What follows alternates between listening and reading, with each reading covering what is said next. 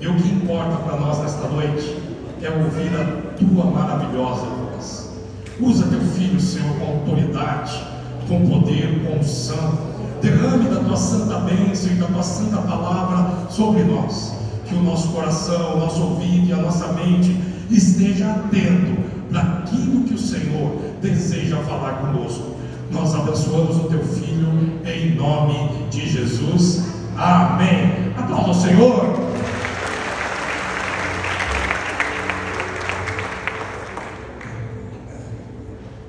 Graça e paz, queridos. Graça e paz, queridos. Eu sou grato ao Senhor Deus por mais uma vez me proporcionar estar aqui com vocês, para junto podermos engrandecê-lo, glorificá-lo e magnificá-lo por tudo que o nosso Deus ele é. Nosso Deus é o começo, o meio e o fim, o caminho, a verdade e a vida. Tributamos louvores a esse Deus. Ele é único e ele é todo nosso.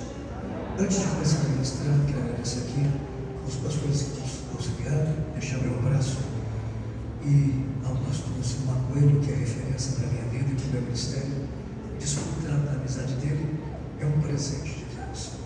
Essa noite, Deus colocou no meu coração uma mensagem para a sua vida. Eu estou com febre de dor de garganta desde ontem, mas eu sei que Deus vai me dar graça para poder ministrar essa palavra. Amém?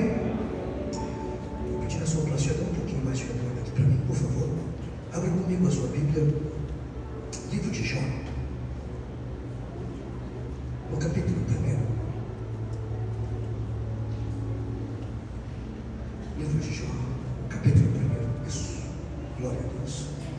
Pode botar assim. Vamos ler a partir do versículo de número 7. Diz assim o texto: Então disse o Senhor a Satanás: De onde veio?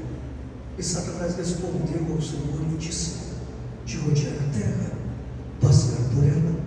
Disse o Senhor a Satanás: Observaste tu, meu servo Jó? Porque ninguém há na terra semelhante a ele, homem sincero, reto, temente a Deus, e que se desvia do mal. Então respondeu Satanás ao Senhor e disse-lhe: Porventura Jó teme a Deus? Balde. Porventura tu não se acaso de proteção a ele e a sua casa e tudo o que ele tem? A obra das suas mãos o abençoaste, o seu gado se tem aumentado na terra. Mas estende a sua mão, toca-lhe em tudo quanto tens, e verás se não blasfema contra ti na sua face. Disse o Senhor a Satanás: Eis que tudo quanto ele tem está nas suas mãos, somente contra ele não estenda a tua mão. E Satanás saiu da presença do Senhor. Amém? Essa noite Deus colocou um tema no meu coração. Eu quero compartilhar com vocês. Se você quiser anotar no bloco aí do seu celular ou no bloquinho de nota no coração. O tema dessa noite é: a dor é o último estágio que Deus usa para te levar ao extraordinário. A dor é o último estágio que Deus usa para te levar ao extraordinário. O livro de Jó, sem dúvida, é um livro que nos abraça em meio ao caos, em um período sombrio, em um momento desesperador, em um momento tenebroso da vida. O livro de Jó nos dá esperança para que a gente possa prosseguir em meio às maiores dores da vida. Só que esse personagem é diferente de todos os personagens da Bíblia, e tudo dele é diferente. Aqueles que gostam de ler e já leram a Bíblia, pelo menos o Gênesis e Apocalipse, vai ver que esse personagem é diferente de todos. Por exemplo, você vai ver Deus dizendo a Abraão: Abraão, você é meu amigo. Você vai ver Deus dizendo a Davi: Tu és segundo o meu coração. A Gideão: Tu és varão valoroso. A Daniel: Tu és muito desejado. Ao apóstolo Paulo: Tu és vaso escolhido. Mas sobre esse homem Deus diz: Não há ninguém igual a ele.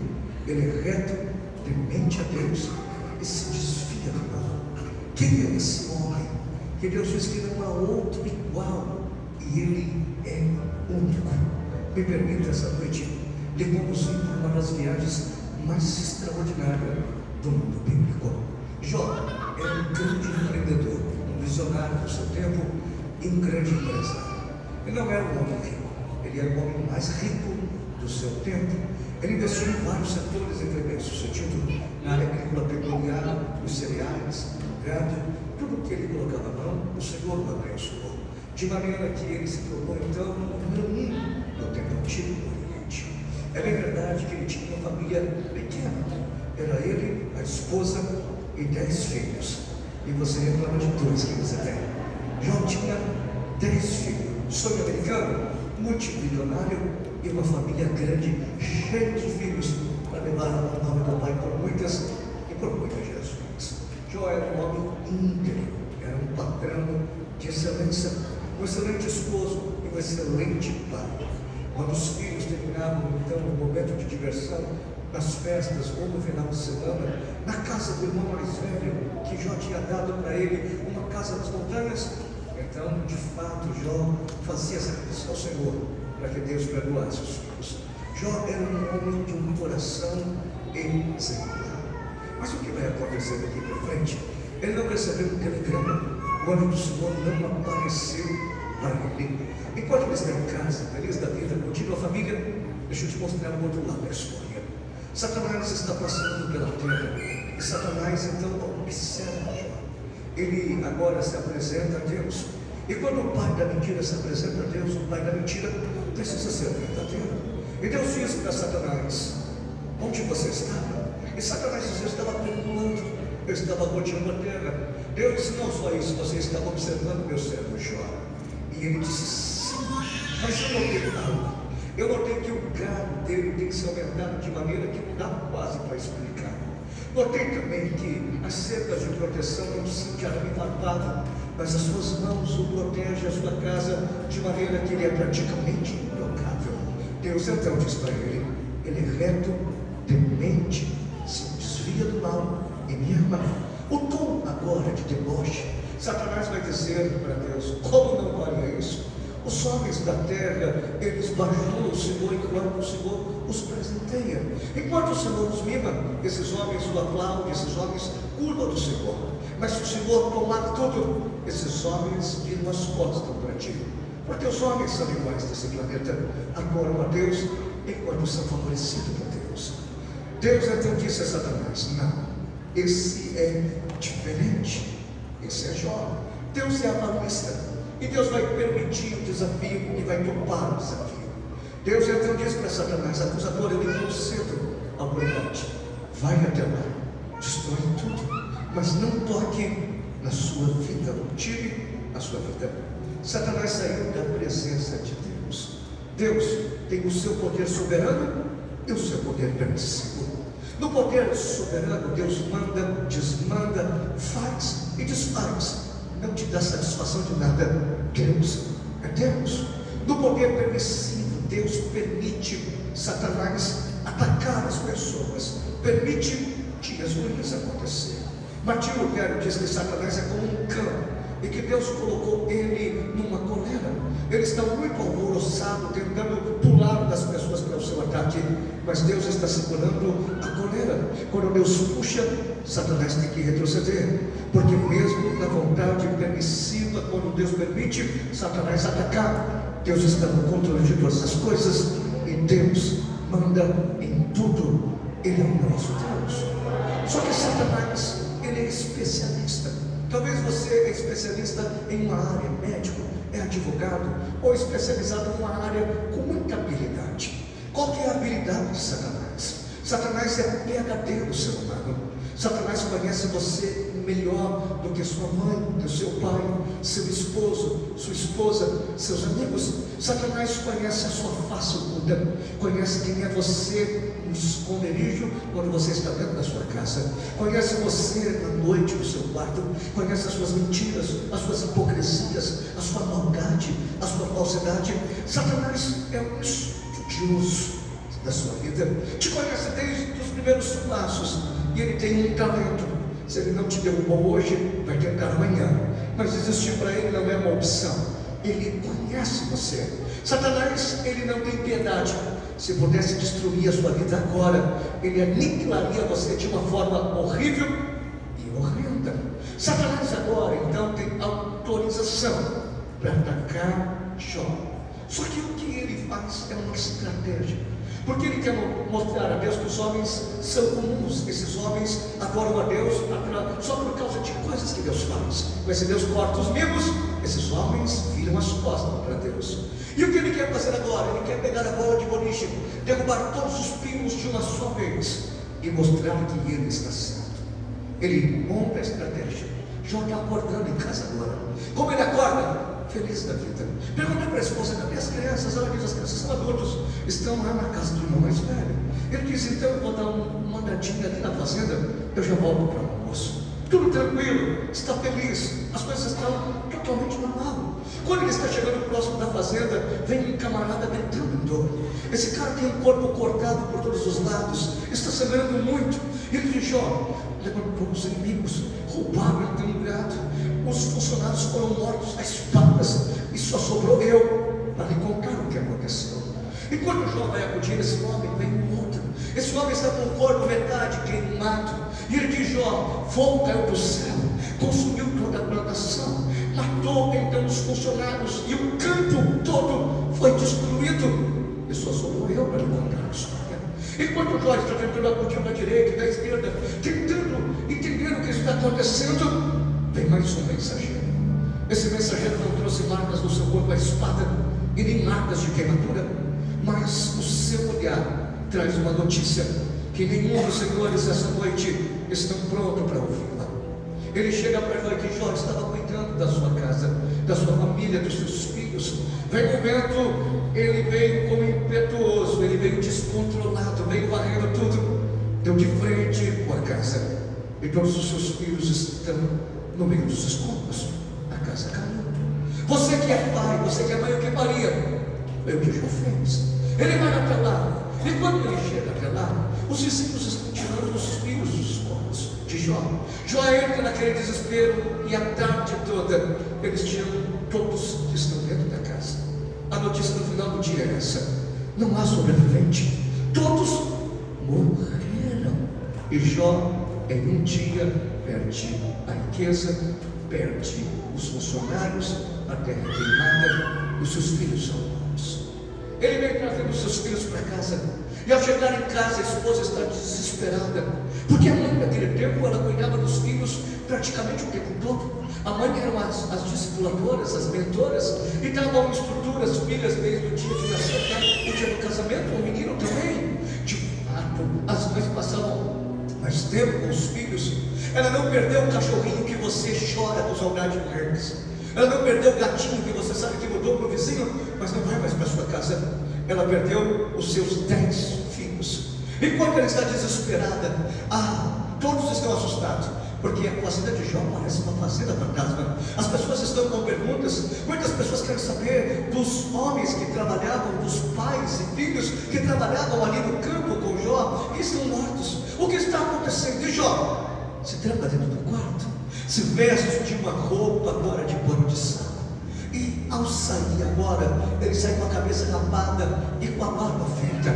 Quando isso acontece, Satanás pensa, quem sabe, acabou, agora não é mais 10 centavos, são 11, acabei com ele, vou voltar para o inferno. Pensamento meu. Imagina agora, enquanto Satanás está voltando para o inferno, dizendo: acabei com eles. Por quê, pastor? Porque na tradução do judaísmo, ou na cultura judaica, quando um homem não aguenta lidar com dores, problemas graves, não aguenta lidar com perdas, não aguenta lidar com situações que são dores profundas, eles tiram a barba, raspam a cabeça e depois tiram a própria vida. Quando são encontrados, alguém diz: uau, não conseguiram lidar com a perda, não conseguiram lidar com a pressão ou com as dores da vida. Quando Satanás vê isso, diz: foi muito fácil, foi muito simples. Jó então aparece no velório dos filhos, e o que ele vai dizer agora não conforta a esposa, não explica aos amigos o que está acontecendo, não explica os fatos e os fenômenos que tomaram a fazenda,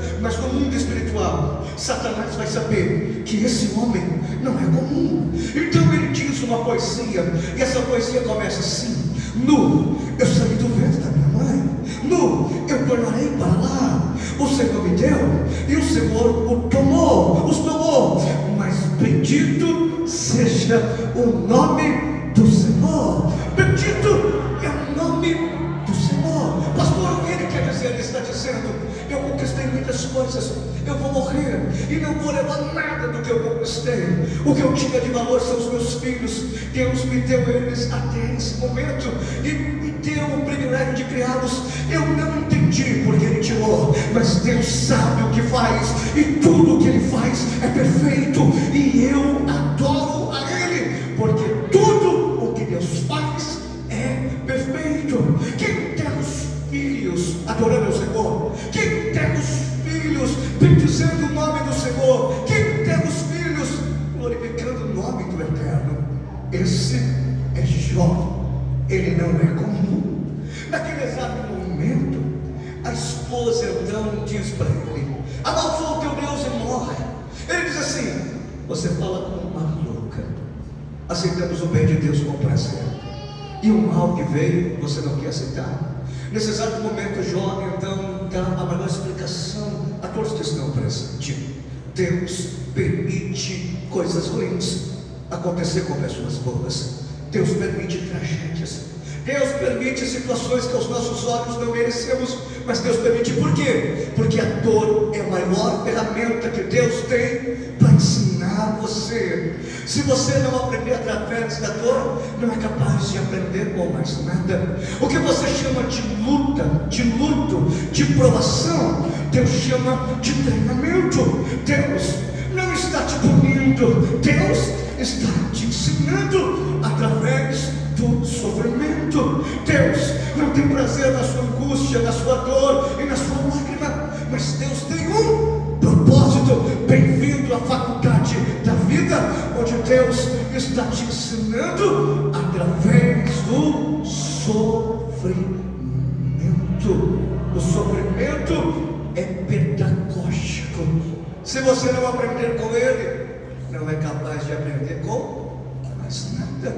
Para Jó, ele dá uma aula agora para a esposa, porque ele quer dizer: aceitamos o bem de Deus com prazer. Quantos cultos de ação de graça, quantos louvores demos a Deus, a ti, quantos aplausos demos a Ele pelos benefícios que Ele nos concedeu. Agora o mal nos cercou, e você quer que eu negue? Eu não vou negar, meu Deus. A esposa sai da história e ele continua, mas o que vem pela frente é totalmente triste. É Jó que vai dizer, e olha como ele narra. A gente pensa que depois de um ataque violento de Satanás descansa. Pelo contrário, ele vem agora com uma bomba nuclear do inferno. Se ele lançou mísseis e não teve então sucesso contra a sua vida, ele vem muito mais lançado. E Jó então diz que quando ele acordou desse jeito. Seus cabelos estavam caindo, as suas unhas então dos pés e das mãos saltaram para fora. Ele vê os pés e as mãos pelas unhas minar sangue puros, feridas pelo corpo todo. Ele não consegue mais andar, ele se arrasta, está com uma doença em último estágio, pior da época. Qual doença, pastor? Pelo que ele narra, entendemos que é uma lepra. Só o odor da lepra, nesse estágio, dá para sentir a 100 metros de distância. Jó está podre, ele não podia tirar a vida, Satanás não podia arrancar a vida dele, mas Satanás estava tentando fazer ele tirar a própria vida, mas não podia arrancar. O corpo nada funciona, é só o coração batendo. Jó descobre que dentro do vale tem um deserto. Jó descobre que dentro do vale tem um elevador que vai 20 andares para baixo. Jó descobre a pior sensação da dor. Ele descobre o caminho da infelicidade, descobre a angústia mais profunda. E a minha pergunta para vocês essa noite: como se manter, como pensar, como agir no momento desse? O que fazer quando tudo desmama, quando tudo acaba? O que fazer? Sabe o que mantém Jó de pé? Eu te ensino essa noite. Satanás pensou que tinha tirado tudo de Jó, porque Satanás pensou que Jó estava então fazendo o seu tudo, os bens materiais, o gado ou a própria família, mas o que Jó tinha de tudo não havia perdido. Então ele abre o leque, ou então agora as telas da sua vida, o espelho da alma, e ele produz então uma poesia profunda.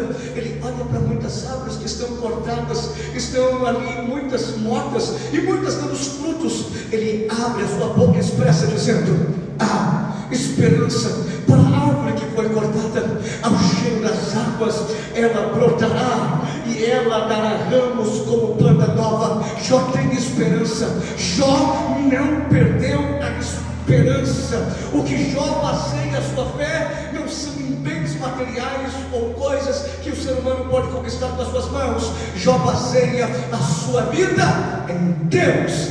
Ele tem esperança. Deus te trouxe aqui essa noite para renovar a sua esperança. A sua esperança não está nos bens materiais que você perdeu, nas pessoas que estão ao seu lado. A esperança está em Deus. E Deus te trouxe aqui para renovar a sua esperança. Pastor,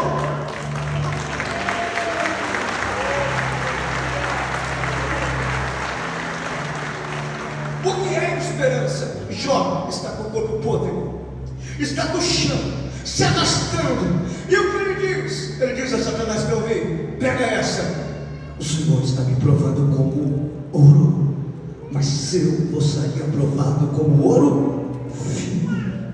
Ei, o meu primeiro estágio é melancólico, mas o próximo é incomparável. Eu sei que você quer me matar de qualquer jeito, mas só quem pode dar a vida a Deus. Então ele diz: ainda que o Senhor me mate, nele eu esperarei. Por quê? Porque o meu Redentor, ele vive e ele se levantará ao meu favor. Isso é esperança. É quando o médico diz: não tem mais jeito, mas você diz: a última palavra é de Deus. É quando você é traído, é abandonado, é rejeitado, conhece a falência da empresa, não tem mais o que fazer, mas dentro de você tem algo queimando dizendo: não é o teu fim, não acaba desse jeito. Pastor, o que é isso? É esperança. O que você precisa não é de dinheiro, você precisa ter esperança. Essa fase não define o seu futuro. Esse momento que você está passando não define o propósito que Deus tem para você. As dores vêm e a gente passa por elas. É que a gente está vivendo um período aqui na terra que as pessoas dizem assim: você aceitou Jesus? Bem-vindo, você é príncipe e princesa, agora você é intocável. Não é assim. É possível e é normal servir Jesus e ficar doente, descobrir um câncer, ser traído, ser abandonado, entrar numa depressão, viver um momento delicado dentro do casamento. É possível. E por que não desistimos?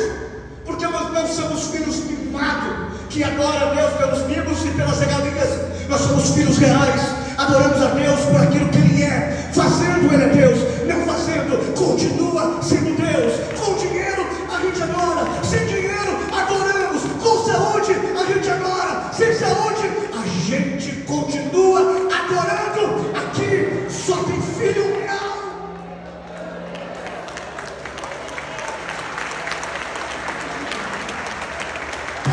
Não tem. Se o coração está batendo, tem esperança. É que agora a gente olha e a gente pensa que é um super-herói. Deixa eu te desvendar o seu segredo agora. Ei, mulher, você não é a Mulher Maravilha, você não é a Viúva Negra da Marvel. Você é uma mulher que tem medo, que tem crises e que entra em desespero. Quer ver os homens? Você não é o Incrível Hulk e nem o Capitão América, muito menos o Homem de Ferro. É natural ter medo e passar por fases difíceis, e a gente passa. No ano passado eu vim para o Brasil e eu entrei num desespero, porque minha filha e eu vamos assaltar uma praia, e eu brigando com o bandido, ele me jogou no chão e quebrou meu ombro.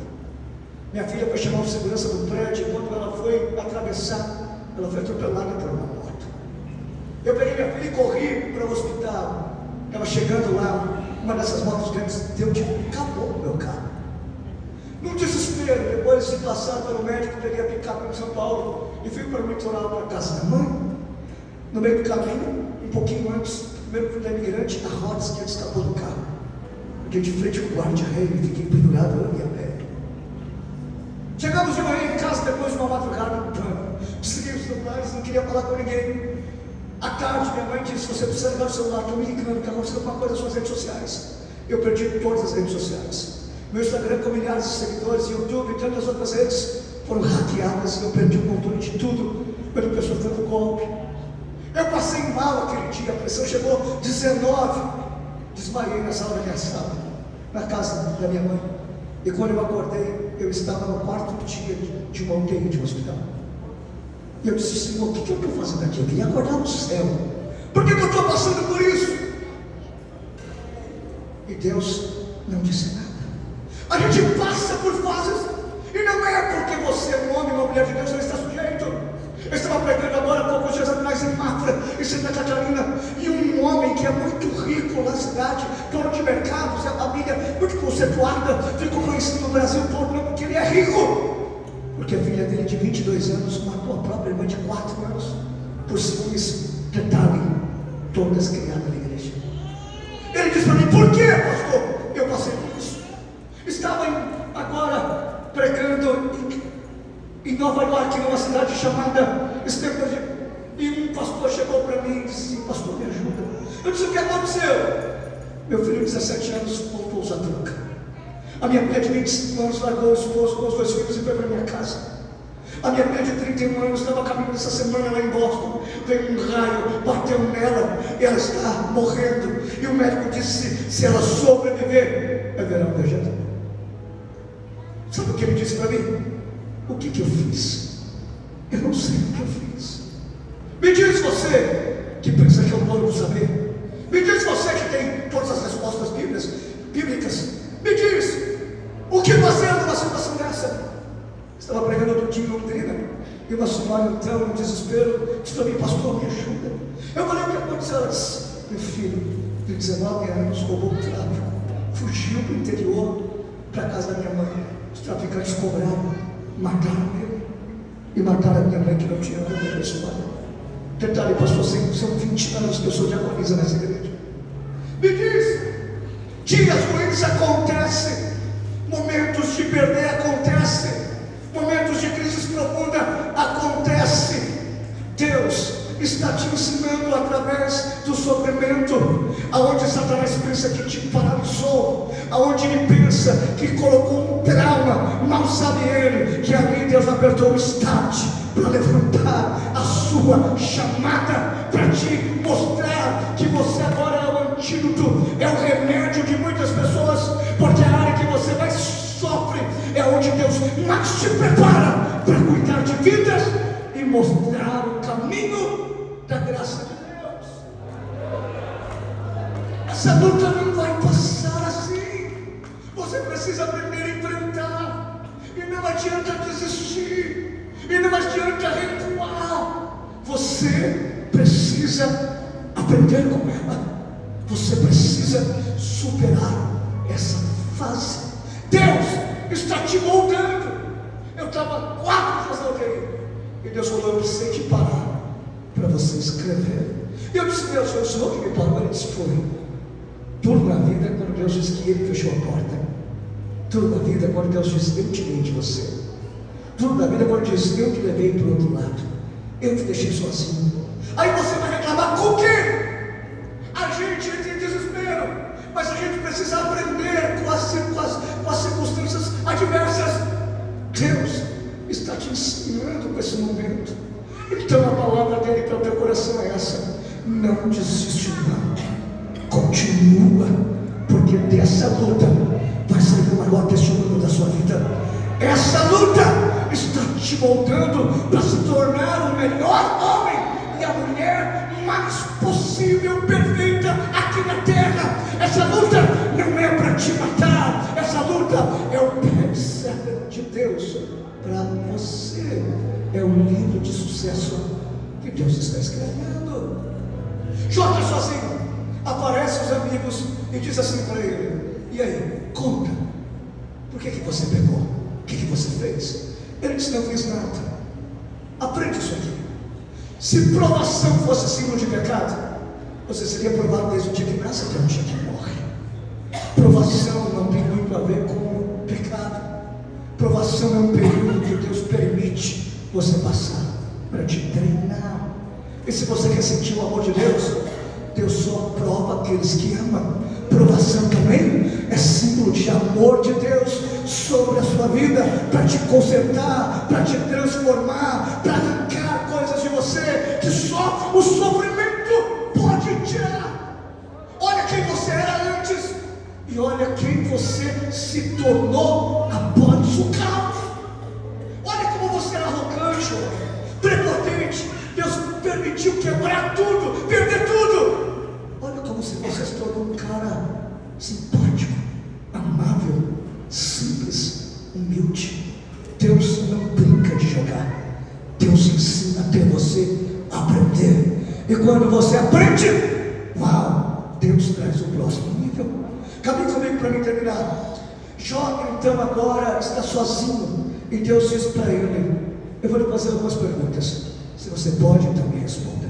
São 70. Onde tu estavas quando eu criei os céus e a terra? Não sei, Senhor. Por que as estrelas dos céus não caem na terra? Também não sei. Por que os mares não invadem a terra e matam seus moradores? Não sei. Como eu faço o vento, como eu crio as nuvens, como eu crio os relâmpagos? Não sei. Deus está dizendo a Jó: eu estou no controle absoluto da engrenagem do planeta Terra.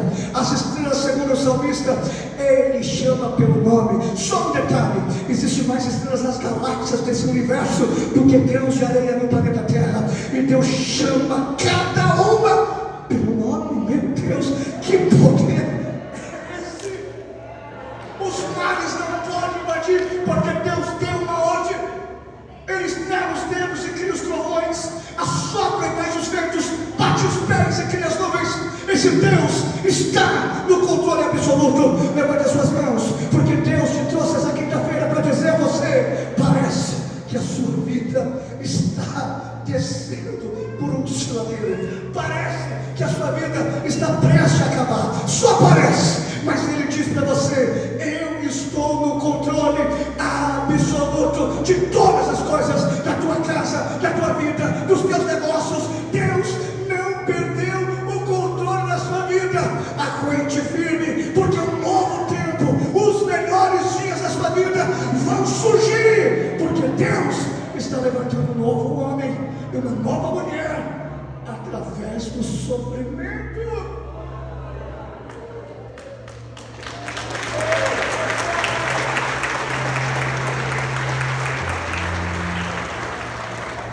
Então diz: percebeu que o Senhor tudo pode, nenhum dos seus planos pode ser impedido. Ele disse: antes eu ouvia falar do Senhor, os meus olhos te ver. Jó reconhece que tudo está nos planos de Deus e nada sai do seu controle. Mas ele está mal agora, porque ele diz que antes só ouvia falar do Senhor, agora os olhos veem. O que é isso? A prova aproximou ele de Deus. Sabe aquela luta que você passou para conhecer Jesus? Sabe o que você sofreu para que você alcançar aquele altar? Bendito seja o Deus que mandou aquela luta e aquela prova para você, porque dela te deu um novo caminho para os céus. Bendito seja o Deus que te provou ao ponto de ter misericórdia de você e alcançou a sua vida. Tem provações que Deus permite só para nos aproximar dele. Jó então faz uma oração. E você lembra a mudança de cativeiro como aconteceu? Enquanto ele orava pelos amigos, Deus mudou a sua sorte. Bildade não pode passar o que eu passei. Ele faz, não pode perder os filhos, Senhor. Os guarda. Enquanto Jó orava, Deus começou a curar. A pele podre caiu para a pele nova aparecer. As unhas cresceram, o cabelo cresceu, o odor que estava muito forte saiu agora, e o cheiro natural do ser humano tomou. Jó então volta para casa. A esposa está esperando, e era a mesma esposa. Ele não trocou ela por uma novinha, era a esposa dele. A Bíblia diz que Deus deu para ele 10 filhos. Dentre os 10, 3 moças as mais bonitas. Uma Miss Universo faz um sucesso. Imagina 3 na mesma casa. Esse era Jó. Pastor, qual que é o propósito do sofrimento? Eu te ensino. Pastor, como ele conseguiu ter tudo em novo? Eu te ensino também.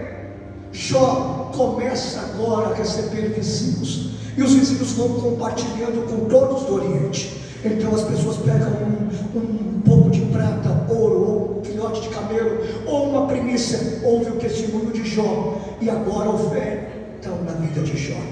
Jó não é mais conhecido como um homem que recebeu tudo em dobro. Jó é conhecido de um jeito que todos agora são alcançados pelo testemunho de Jó. Aquela geração e aquele povo foi alcançado pela vida de Jó. Pastor, se Deus deu tudo em dobro para Jó, por que não deu 20 filhos? É porque os primeiros 10 ele não perdeu, está com Deus no céu. E Deus deu mais 10 na terra, porque tudo que Deus faz é perfeito. A Bíblia não conta quantos meses Jó ficou doente, ou anos, ou dias, mas a Bíblia enfatiza que o tempo extraordinário de Deus veio sobre ele, e veio 140 anos, e ele desfrutou de uma vida abundante, de prosperidade, de saúde e de alegria, porque nunca na vida o sofrimento será maior que a alegria, nunca o tempo generoso de Deus será menor que um tempo de sofrimento. Ei, Jó termina os seus dias superando todas as coisas. Jó superou as fases mais difíceis, entrou na história, tem um livro da vida dele, inspirando milhares de pessoas. E se ele entrasse por essas portas, a mensagem para você seria essa: em Deus você pode superar todas as coisas. Em Deus você vai superar o casamento que não deu certo. Em Deus você vai superar a doença que tem tomado, arrancar a sua vida. Em Deus você vai superar a depressão, a crise da ansiedade. Em Deus você vai superar os seus traumas. Em Deus você vai superar a rejeição de pai, a rejeição de mãe. Em Deus você vai superar a perda de um filho, de um pai, de um amigo, de alguém que você sente saudade. Em Deus você pode superar todas as coisas. Não tem o que Deus não faça você parar de sofrer. Não tem hemorragia que Deus não estanque. Não tem dor que dure para sempre. É só uma fase. Deus está te ensinando e te preparando para a melhor fase da sua vida. O extraordinário de Deus está te abraçando para a glória do seu nome.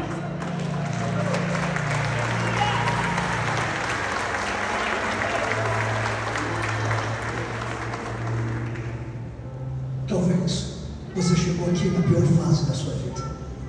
Talvez o médico disse que não tem mais o que fazer. O juiz decretou para o outro lado. Não tem mais recurso em lugar nenhum. Somente liga ao banco e mais ninguém. Talvez o seu pai virou as costas para você. Teus filhos te abandonaram.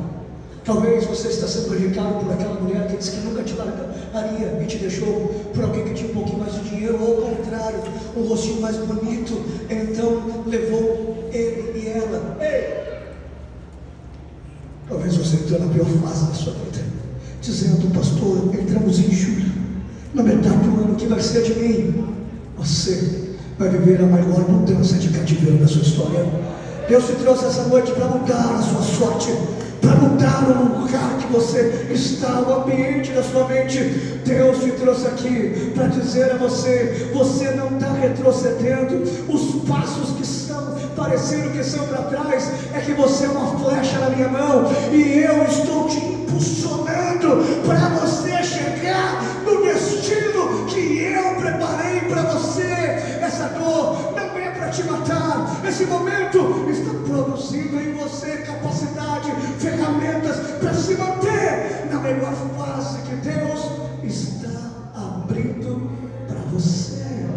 Você vai viver extraordinário. Se recebe, aplauda o seu nome forte, dá um pulo nessa cadeira, fica de pé para glorificar a Deus.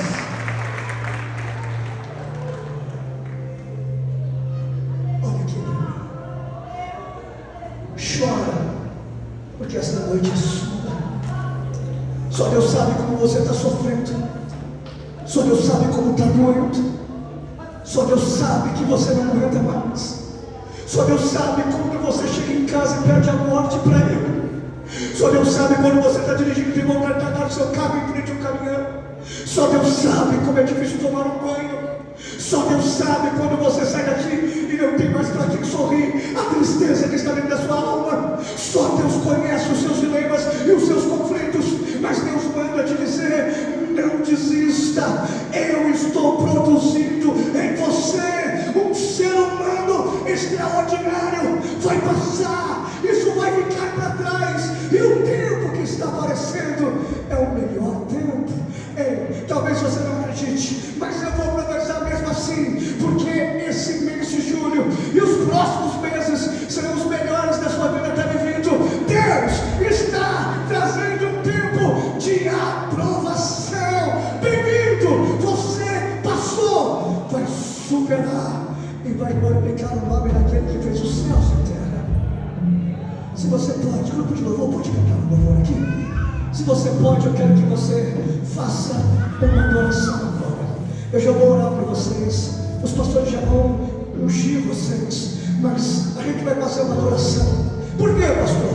Porque enquanto você adora, Deus vai curar a sua alma. A Bíblia diz, Hebreus 4:12, porque a palavra de Deus é mais viva e eficaz, mais penetrante do que qualquer espada de Deus comum. Penetra a divisão da alma, da junta, e apta para discernir as intenções do coração. Que é isso? A palavra vai onde a caixa preta não vai, onde o psiquiatra não chega, onde o psicólogo não consegue entrar, e nada contra, porque estuda a mente humana e sou formado nessa área, mas afirmo a vocês: nada é tão eficaz em curar uma alma ferida do que a palavra do nosso Deus. E Deus vai curar agora você. Os seus traumas serão apagados, a sua vida vai para uma nova fase. Se você pode, grupo de louvor, faz a melhor oração. Eu já vou chamar vocês aqui para frente. Segura um pouquinho, vamos lá. João, como pode ainda adorar, se não tem motivos para cantar? Abandona esse Deus e morre. Isso, chora mesmo. Mas não adoro pelo que ele faz, nem menos por bens materiais. Eu adoro pelo que ele é, eu sou dele, tudo é dele. Cante. Jó, você já tem motivo, a sua noite, seus bens, seus filhos. Deus está curando os seus medos, os seus traumas. O que você vai fazer? Deus está te sustentando. Eu vou adorar, simplesmente adorar. Eu vou adorar. Deus me deu, Deus tomou, bendito seja o nome do Senhor. A Ele a glória, a Ele a honra. Deus me deu, Deus tomou, bendito seja o nome do Senhor. A Ele a Mesmo sem ter, mesmo sem merecer, Deus sabe o que está fazendo. Levanta suas mãos. A grande pergunta do ser humano é essa: qual que é a maior decisão da vida do ser humano? Será que a maior decisão é quando ele decide a esposa ou com quem ele vai casar? Será que é o nome dos filhos, o curso que ele vai cursar na faculdade, o emprego que ele vai trabalhar? A maior decisão da vida do ser humano é quando ele decide confessar Jesus como seu único Salvador. Você sabe o que é decidir entregar a vida? Você levanta a mão e diz que quer Jesus. Jesus segura as suas mãos e nunca mais te solta.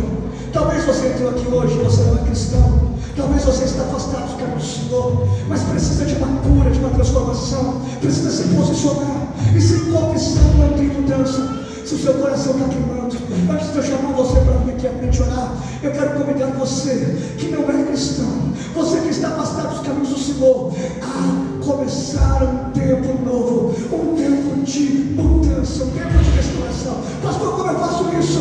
Você vai sair do seu lugar agora e vai vir aqui à frente. Eu vou orar por você e a sua vida nunca mais será a mesma. O seu coração está queimando. Você sente que essa noite é para você. pastor, eu estou afastado.